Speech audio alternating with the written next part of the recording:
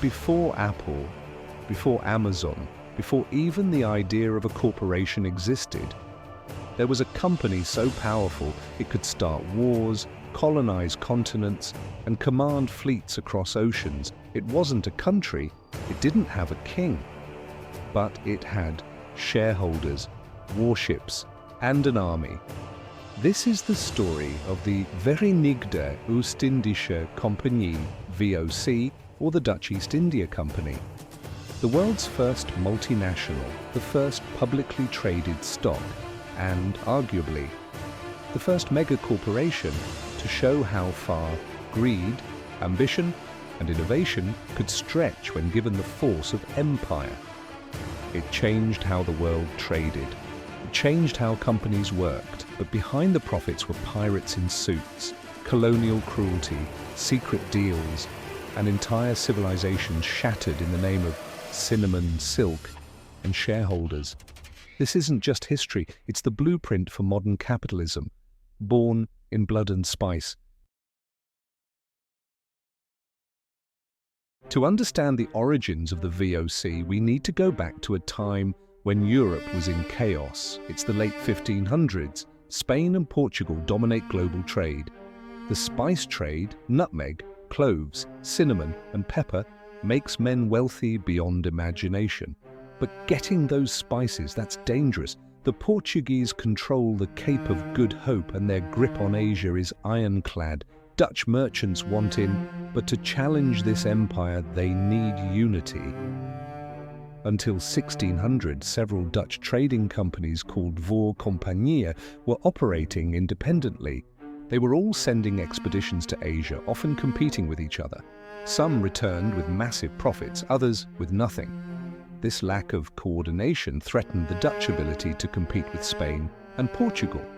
In 1602, a solution was proposed: unify the chaos. A powerful statesman, Johan van Oldenbarnevelt, pushed the Dutch States General to grant a charter to merge these companies into a single entity, the Verenigde Oostindische Compagnie, or VOC. The charter gave the company incredible privileges. It could establish colonies, build forts, wage war, sign treaties, mint coins. Essentially, it became a state within a state. And unlike its predecessors, the VOC had one revolutionary idea: raise money from the public. In the city of Amsterdam, thousands of Dutch citizens invested in the VOC. For the first time, ownership in a corporation was distributed via stock, an entirely new concept in finance. The result? The VOC raised over 6.5 million guilders, unheard of for the time. Its financial might now matched its ambition. From day one, the VOC was designed for long-term control, not just individual trade missions. Ships were outfitted for years-long journeys. Strategic posts were identified. Diplomats were sent to secure trade deals or crush resistance. The company had the resources to wait out wars, blockade cities, and build infrastructure, something no previous trading venture had managed. It was a private company, yes, but it had the power and ruthlessness of a sovereign nation. And thus began the journey of the Dutch East India Company, a journey that would redefine commerce, reshape Asia, and leave a complicated legacy still debated today. By the early 1600s, the Dutch East India Company was no longer just a hopeful enterprise. It was an empire in motion. With unprecedented funding and a powerful charter, the VOC sent ship after ship across the treacherous seas. Its goal was not just to participate in Asian trade, it was to dominate it. The crown jewel of the VOC's strategy? Spices. In the 17th century, spices were worth their weight in gold. Nutmeg, cloves, and mace from the so-called Spice Islands, the Maluku Islands in what is now Indonesia, were considered exotic, medicinal, and essential to European cuisine. But controlling these islands meant displacing the Portuguese, who had long established fortresses and alliances throughout Southeast Asia. So the VOC did what few corporations had ever done. It went to war. Under the leadership of Jan Pieterszoon Cohen, a figure both celebrated and reviled in history, the VOC launched brutal campaigns to seize control of the spice trade. Cohen established Batavia, modern-day Jakarta, as the company's Asian headquarters in 1619, after razing the city of Jayakarta and executing hundreds. He then turned his attention to the Banda Islands, the world's sole supplier of nutmeg. The Bandanese resisted VOC control, and so Cohen responded with horrifying force.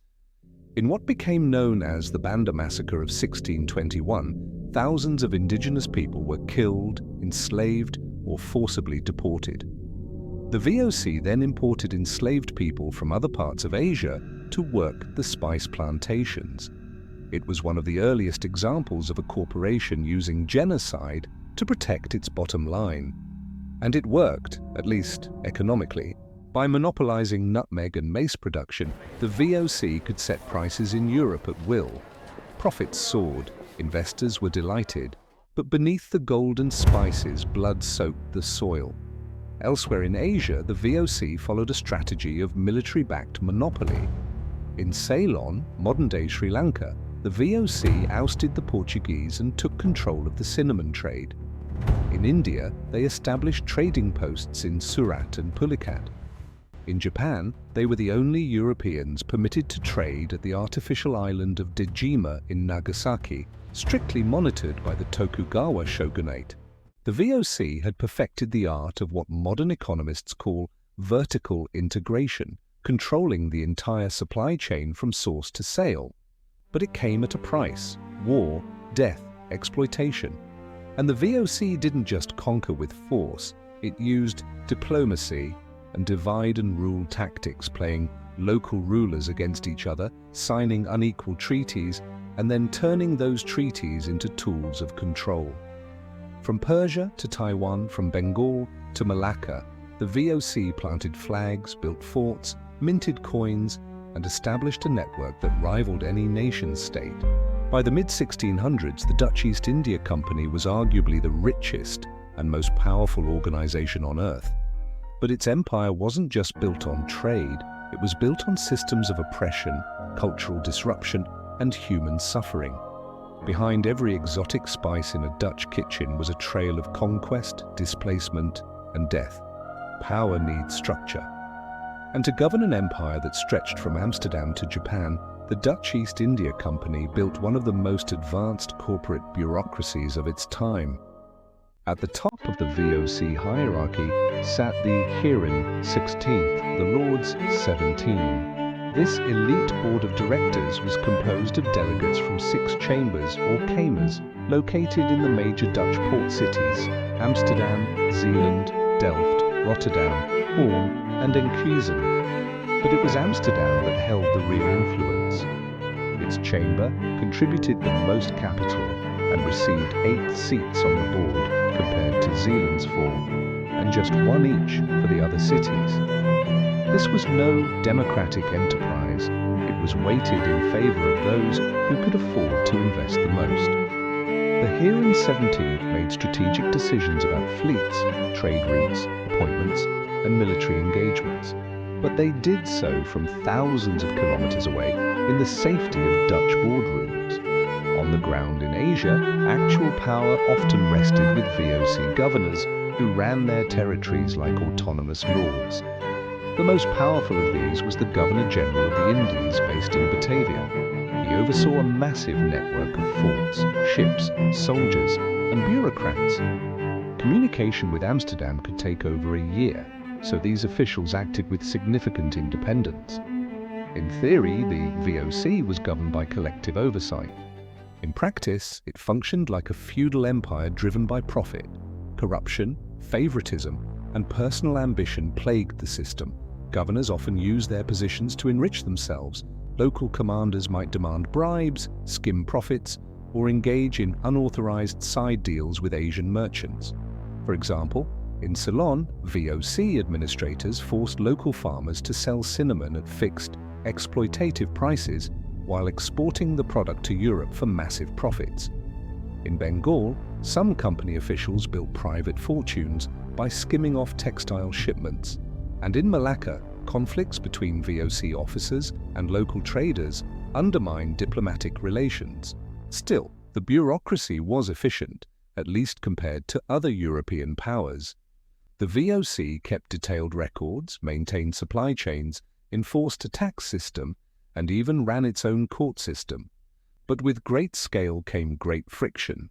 When wars broke out, or local populations revolted, or ships sank in storms, the VOC's sprawling structure became vulnerable. It wasn't just a trading company, it was a shadow government with all the complexity and dysfunction of a modern state. While its conquests and cruelty are infamous, the VOC also changed the world through innovation. It wasn't just the world's first multinational corporation, it was the first to issue publicly traded shares. When the VOC offered its initial public offering in 1602, thousands of Dutch citizens, from wealthy merchants to modest craftsmen, became shareholders. This was revolutionary. For the first time in history, ordinary people could invest in a company and share in its profits. The Amsterdam Stock Exchange, established shortly thereafter, became the prototype for modern capital markets. Shares of the VOC were bought and sold daily. Prices fluctuated based on rumors, ship arrivals, and news from abroad. Financial instruments like futures contracts and derivatives were born. The VOC even practiced early forms of corporate accountability, publishing financial reports, tracking expenses, and answering to its investors. On the logistical side, the VOC revolutionized supply chain management. It maintained vast warehouses in Amsterdam, Batavia, and Cape Town. It built dry docks, employed full-time shipwrights, and developed a coded system of dispatches to manage operations across thousands of miles. The company also standardized packaging, weights, and shipbuilding designs, creating efficiencies that no one else had matched. Even its use of military escorts for cargo vessels pioneered the model of naval protected commerce, a tactic later used by colonial empires and modern shipping conglomerates alike. But these innovations weren't simply technical, they were ideological. The VOC redefined what a company could be. Not just a vehicle for profit, but an empire unto itself. For all its sophistication, the VOC was a deeply flawed and often brutal enterprise. It monopolized not only trade, but entire societies. It engineered famines, enslaved populations, and sanctioned mass killings. In the Banda Islands, where the company slaughtered most of the native population, nutmeg was planted over human remains. In Ceylon, it conscripted entire communities into forced labor. The VOC profited from the trans-Asian slave trade, transporting thousands of enslaved people between East Africa, Indonesia, India, and the Cape Colony. Unlike the Atlantic slave trade, which shipped people westward, the VOC's slave trade moved them in multiple directions across the Indian Ocean, but the cruelty was the same. Families were torn apart, people were branded, sold, and worked to death. The VOC also manipulated local politics with ruthless efficiency. In Java, it backed rival sultans in wars of succession, only to depose them when convenient. In Makassar, it used proxy wars to destroy local autonomy. Corruption festered at every level. Company officials embezzled funds, hoarded profits, and lied in official dispatches. Worst of all, the VOC helped normalize the idea that corporate violence was justified in pursuit of shareholder value. It wasn't the first to commit such atrocities, but it was the first to do so systematically, under the banner of a modern company, with quarterly reports and investor meetings. Its legacy is therefore complicated. It laid the foundation for global capitalism while also inventing the corporate mechanisms of exploitation. The VOC's downfall was as spectacular as its rise. By the 1700s, its golden era had passed. A bloated bureaucracy, rampant corruption, rising competition, and military overreach began to eat away at the company's profits. The very model that made it successful, remote governance, autonomy for local officials, militarized trade, now turned into liabilities. Costs soared, revenue plummeted. Wars in Europe and Asia drained the company's resources, and Dutch society was changing. Enlightenment ideals questioned colonial brutality. Critics in the Netherlands began asking hard questions about the ethics of the VOC. Investors grew restless. The final blow came in the late 18th century. The Fourth Anglo-Dutch War, 1780-1784, devastated Dutch shipping. VOC vessels were captured or destroyed. Trade collapsed. At the same time, internal audits revealed staggering financial mismanagement. The VOC was billions of guilders in debt. In 1796, the Dutch government, now part of the revolutionary Batavian Republic, nationalized the company. 4 years later, it was officially dissolved. Its assets were seized, its debts absorbed, its archives locked away. The world's first multinational had died, not with a bang, but with a bureaucratic shrug. The Dutch East India Company vanished, but its shadow remains. Its rise marked the birth of global capitalism, multinational corporations, and the financialization of trade. Its innovations shaped modern banking, logistics, and shareholder governance. But it also left behind a trail of devastation, cultural erasure, economic inequality, and systems of exploitation that would be echoed by colonial powers for centuries.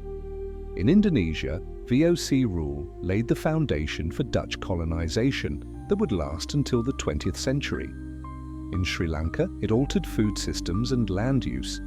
In Japan, it influenced policy through controlled engagement. Today, the VOC is both revered and reviled. In the Netherlands, it's a source of national pride and national guilt. Statues have been debated, streets renamed. Scholars continue to dig through its vast archives to uncover truths long buried. The VOC was not just a company, it was a mirror to the human condition, inventive, ambitious, brutal, and flawed.